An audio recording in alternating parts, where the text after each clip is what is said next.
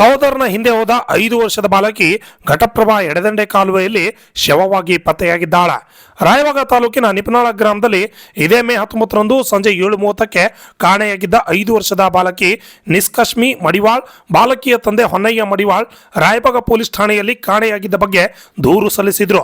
ದೂರು ದಾಖಲಿಸಿಕೊಂಡ ತನಿಖೆ ಕೈಗೊಂಡ ಪೊಲೀಸ್ ಅಧಿಕಾರಿಗಳು ವಿಚಾರಣೆ ವೇಳೆ ಬಾಲಕಿಯ ಜೊತೆಗೆ ಬಾಲಕಿಯ ತಂದೆಯ ಅಣ್ಣನ ಮಗನಾದ ರಾಜು ಜೊತೆಗೆ ಹಿಂಬಾಲಿಸಿಕೊಂಡು ಹೋಗುವ ದೃಶ್ಯಾವಳಿ ಸಿಸಿಟಿವಿಯಲ್ಲಿ ಸೆರೆಯಾಗಿ ಕಂಡುಬಂದಿದೆ.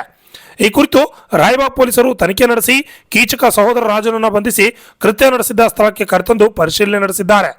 ಪೊಲೀಸರ ತನಿಖೆ ವೇಳೆಯಲ್ಲಿ ಬಾಲಕಿಯನ್ನ ಘಟಪ್ರಭಾ ಎಡದಂಡೆ ಕಾಲುವೆಗೆ ಕರೆದುಕೊಂಡು ಹೋಗಿದ್ದು, ಅಷ್ಟರಲ್ಲಿ ಅವಳೇ ಕಾಲುವೆಗೆ ಜಿಗಿದಳು ಎಂದು ಸುಳ್ಳು ಕತೆ ಕಟ್ಟಿ ಪೊಲೀಸರ ದಾರಿ ತಪ್ಪಿಸಿದ್ನು. ಹೀಗಾಗಿ ಒಟ್ಟಿನಲ್ಲಿ ಕೃತ್ಯ ನಡೆದ ಬಗ್ಗೆ ಮಾಹಿತಿ ನೀಡಿದ ಸಹೋದರ ರಾಜನನ್ನ ಪೊಲೀಸರು ಹೆಚ್ಚಿನ ತನಿಖೆಯನ್ನು ಕೈಗೊಂಡಿದ್ದಾರೆ. ಸಹೋದರ ರಾಜು PUC ಓದುತ್ತಿದ್ದು, ನಿಷ್ಕಶ್ಮಿ ಅಪಹರಣ ಮತ್ತು ಸಾವಿನ ಬಗ್ಗೆ ಪೊಲೀಸರ ತನಿಖೆಯಿಂದ ಹೊರಬೀಳಲಿದೆ. ಹಳ್ಳೂರು ಗ್ರಾಮದ ಬಸವನಗರ ತೋಟದ ಹಳ್ಳದಲ್ಲಿ ಪುಟ್ಟ ಬಾಲಕಿ ನಿಷ್ಕಶ್ಮಿ ಮೃತದೇಹ ಕಂಡು ಇಡೀ ಕುಟುಂಬ ಆಕ್ರಂದನ ಮುಗಿಲು ಮುಟ್ಟಿದೆ. ಈ ಒಂದು ಹೃದಯ ವಿದ್ರವಕ ಕೃತ್ಯದಿಂದ ನಿಪ್ನಾಳ್ ಗ್ರಾಮದಲ್ಲಿ ಭಯದ ವಾತಾವರಣ ಸೃಷ್ಟಿಯಾಗಿದೆ. Shashidhar Kokatnur, RJ32 Kannada news, Chikkodi.